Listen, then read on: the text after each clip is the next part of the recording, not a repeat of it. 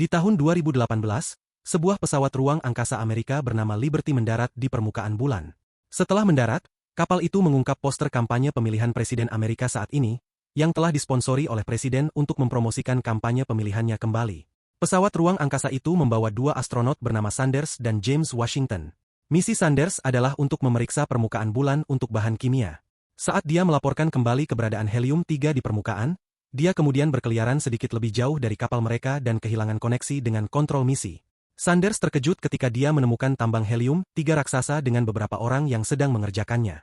Astronot James berada di dekat pesawat ruang angkasa mereka, menunggu Sanders. Sanders berbalik untuk memanggilnya agar datang dan memeriksa tambang, tetapi seseorang yang mengenakan ban lengan Nazi menyelinap di belakangnya dan menembaknya mati. James yang terkejut mencoba lari ke kapalnya, tetapi orang itu meledakkan seluruh kapal sehingga tidak ada cara untuk kembali ke rumah. Dia jatuh ke tanah dan dikelilingi oleh orang-orang yang mengenakan ban lengan Nazi. Dia kemudian dibawa ke suatu tempat melalui jalan-jalan yang dibangun dengan baik di dalam pangkalan pertambangan. Kamera memperbesar, menunjukkan kepada kita pangkalan Nazi berbentuk swastika. Di suatu tempat lain di bulan, seorang guru Jerman bernama Renate mengajar sekelompok anak sekolah. Saat mereka belajar, kita tahu bahwa anak-anak itu lahir di bulan dan belum pernah ke bumi. Renate mengajarkan anak-anak untuk berbicara dalam bahasa Inggris, mengklaim bahwa bahasa itu akan membantu ketika mereka kembali ke bumi untuk membantu umat manusia. Ternyata, ketika Nazi dikalahkan pada akhir Perang Dunia Kedua, beberapa dari mereka melarikan diri ke sisi gelap bulan untuk menghindari pembunuhan. Para prajurit sejak itu menciptakan sebuah koloni dan telah hidup di permukaan bulan selama beberapa generasi dalam penuh kerahasiaan. Para prajurit Nazi membawa astronot James ke komandan Nazi, Klaus Adler, di pangkalan mereka. Adler memperkenalkan James di depan pemimpin mereka, Wolfgang Quartzleis, yang disebut sebagai Führer oleh mereka. Sementara itu di bumi, Presiden Amerika berbicara tentang kegagalan kampanye kepada manajer kampanyenya. Dia telah memilih James untuk misi tersebut karena dia ras Afrika Amerika, agar dia bisa mengumpulkan lebih banyak suara Afrika Amerika pada pemilihan umum mendatang. Presiden menuntut manajernya untuk melakukan apapun yang dia bisa untuk menutupi kecelakaan itu. Kembali ke bulan, Adler menjemput Renate untuk datang dan berbicara dengan James dalam bahasa Inggris. Adler dan Renate tampaknya menjalin hubungan. James berhasil menyerang tentara Jerman dan membebaskan dirinya dari penahanan, tetapi terjebak di pangkalan karena dia tidak tahu jalan keluar. Dia secara keliru menjatuhkan Adler dan menemukan Renate yang terkejut di dekat pintu kedap udara. Sebelum wanita itu bisa mengatakan apapun, James menarik tuas ke bawah, berpikir itu akan membuka pintu keluar. Tetapi yang terbuka adalah pintu kedap udara. Baik dia dan Renate ditarik oleh tekanan udara. Mereka entah bagaimana berhasil masuk dan menutup pintu kedap udara dengan cepat. Saat itu, Adler telah menyusul James dan sangat marah. Dia mengarahkan senjatanya ke pria itu dan hendak menembaknya, tetapi berhenti ketika James menyebutkan dia mengenal Presiden Amerika. Adler ingin mengekstrak informasi dari James, jadi dia mengirimnya ke laboratorium Dr. Richter. Adler dan Dr. Richter tertarik dengan ponsel James dan bertanya apa itu. James menjawabnya sebagai telepon yang mirip dengan komputer mereka. Dr. Richter tertawa tak percaya. Dr. Richter menunjukkan kepada James sebuah mesin besar, mengklaim bahwa itu adalah komputer, dan telepon genggamnya terlalu kecil untuk menjadi komputer. Dr. Richter menyarankan mereka membedah otak James untuk memeriksa ukurannya, tetapi Adler ingin mendapatkan informasi darinya. Kembali ke markas besar PBB, seorang perwakilan Amerika memberikan penjelasan rinci tentang misi bulan yang gagal. Manajer kampanye Presiden Amerika frustrasi karena kampanye gagal dan memarahi karyawannya karena memberinya ide humas yang buruk. Di pangkalan bulan, Adler mengunjungi Renate di kamarnya untuk melamarnya, yang di bulan disebut ikatan resmi.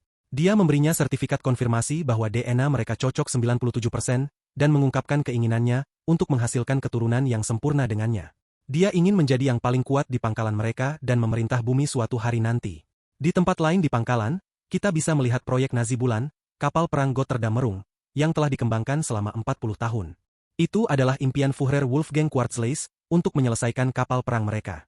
Mereka berencana menggunakan kapal perang untuk kembali ke bumi dan menaklukkannya.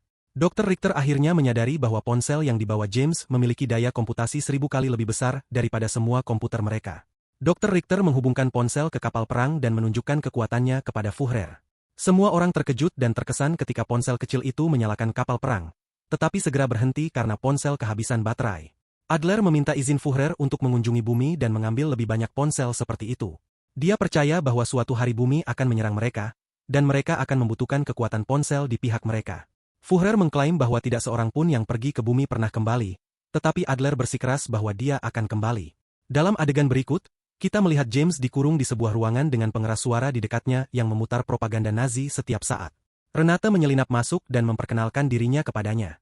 Dia bertanya kepadanya tentang warna kulitnya karena dia belum pernah bertemu orang berkulit gelap sebelumnya. Dia juga mengungkapkan bahwa Dr. Richter adalah ayahnya. Dia telah menyuntikkan wajah James dengan obat untuk membuatnya lebih terlihat seperti Aryan. Renate menasihati James berpura-pura menjadi seorang Nazi atau dia akan segera disingkirkan. Adler kemudian bersiap untuk berangkat ke bumi.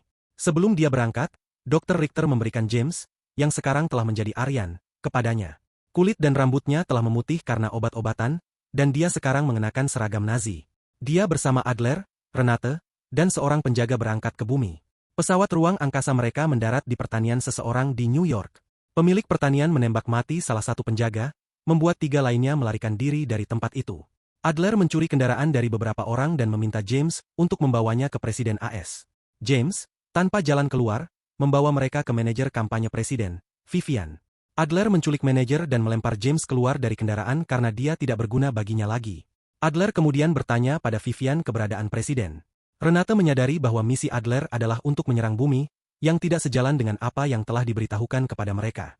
Dia mencoba untuk membalas, tetapi Adler memintanya untuk membacakan apa yang selalu dia lakukan kepada murid-muridnya. Renate mulai mengatakan monolog tentang tujuan mereka, untuk membawa perdamaian dan kemakmuran bagi dunia. Vivian terkesan dengan keterampilan berpidato Renate dan menyusun rencana untuk menggunakannya, untuk membantu memberi energi pada pemilihan kembali presiden. Dia kemudian membawa keduanya untuk bertemu presiden, yang menyetujui rencana tersebut. Mereka memulai kampanye propaganda gaya Nazi, untuk membuat presiden terpilih kembali dan usahanya menuai hasil. Adler dan Renate sangat menikmati keberadaan diri mereka di bumi sehingga mereka melupakan misi mereka yang sebenarnya. Sementara itu, James melakukan protes di jalan-jalan tentang Nazi yang sekarang tinggal di bulan. Beberapa hari berlalu, dan Renate telah bekerja untuk presiden. Suatu hari, dia bertemu James, dan keduanya pergi ke teater untuk menonton film Charlie Chaplin. Ketika dia keluar dari teater, dia menyadari bahwa Nazi sebenarnya adalah orang-orang yang mengerikan. Sementara itu, Vivian telah mulai mengumpulkan perasaan untuk Adler ketika dia menemukan dia karismatik. Vivian mulai bermesraan dengan Adler ketika keduanya berjalan ke kantor Adler. Saat mereka bermesraan, Adler memberitahunya tentang rencananya untuk menyerang bumi setelah melenyapkan Führer yang ada di bulan. Ketika Adler mendongak, dia melihat bulan Nazi, Führer, dan anak buahnya di kantornya. Dia datang ke bumi untuk mencari tahu mengapa Adler butuh waktu lama untuk mengambil komputer. Führer mengetahui rencana Adler dan menyandera 2 orang itu saat itu juga. Renate menerobos masuk ke ruangan dan mengonfrontasi Adler tentang misinya. Dia mencela propaganda Nazi, akhirnya menyadari Adler salah. Selama ini, Führer telah memutuskan untuk membunuh mereka semua, tapi Vivian berhasil mendapatkan pistol. Dia membunuh Führer dan semua anak buahnya. Adler menyadari bahwa Renate mulai menyukai penduduk bumi, jadi dia mengklaim bahwa Renate telah mengkhianati Nazi. Adler sekarang ingin membunuhnya, tapi James datang membantunya dan keduanya berhasil melarikan diri. Adler mencuri iPad Vivian dan mengumumkan dirinya sebagai Führer baru. Dia kemudian membawa pesawat ruang angkasa milik mantan Führer ke orbit bumi, meninggalkan Vivian di belakang. Adler meluncurkan invasi bumi menggunakan armada Zeppelin ruang angkasa dan piring terbang. Mereka menghancurkan patung Liberty dan akhirnya seluruh kota New York. Renate menyaksikan Nazi menghancurkan Amerika dan menyusun rencana. Dia ingin kembali ke pangkalan di bulan untuk membawa kapal perang Gotterdammerung dan melawan Nazi. PBB berkumpul untuk membahas serangan.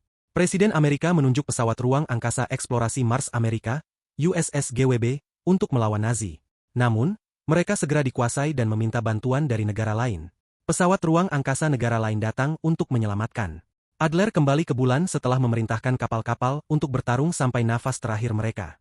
Dia telah membawa tablet Vivian untuk mengaktifkan kapal perang Gotterdammerung. Setelah semua negara mengumpulkan militer mereka, mereka berhasil memusnahkan pesawat ruang angkasa Nazi.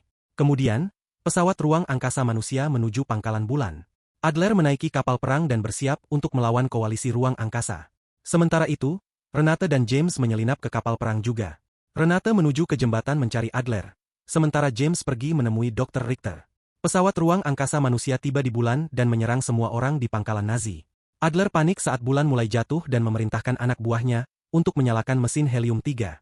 Kapal perang menjelajah ke orbit. Adler kemudian memerintahkan meriam untuk ditembakkan, tetapi bumi berada di sisi lain bulan di luar garis tembak. Untuk membuat bumi berada di garis tembak, Adler mengebom sebagian bulan. Sementara itu, Renate memainkan lagu kebangsaan Nazi yang membuat para perwira Nazi melakukan penghormatan saat dia berjalan menuju Führer. James akhirnya berhasil melepaskan tablet Vivian, sementara Renate membunuh Adler dengan menyetrumnya sebelum dia dapat menembak bumi. Renate dan James nyaris lolos saat kapal perang menabrak bulan. Presiden Amerika mengucapkan selamat kepada Komandan Vivian atas kemenangan mereka, tetapi Vivian secara keliru mengungkapkan keberadaan tangki helium-3 besar di bulan. Semua perwakilan PBB dari berbagai negara mendengarnya. Mereka semua ingin mengklaim tangki itu sebagai milik mereka sendiri, karena sejumlah besar helium-3 dapat memasok energi selama beberapa tahun. Anggota PBB terlibat dalam pertengkaran, dan armada pesawat ruang angkasa yang sebelumnya bekerja sama saling bermusuhan. Mereka mulai meluncurkan rudal ke pesawat ruang angkasa masing-masing, dan kekacauan terjadi lagi di pangkalan bulan. Renate berjalan ke ruang kelas lamanya, di mana para penyintas pangkalan menunggunya. Dia memberitahu mereka bahwa mereka dapat merehabilitasi diri di bumi dengan damai. Dia kemudian bersatu kembali dengan James Washington yang telah mendapatkan kembali warna kulitnya. Keduanya akhirnya berciuman. Film berakhir saat kamera memperbesar gambar dan memperlihatkan bulan yang setengah pecah. Terima kasih telah menonton. Dan jangan lupa like dan subscribe ya.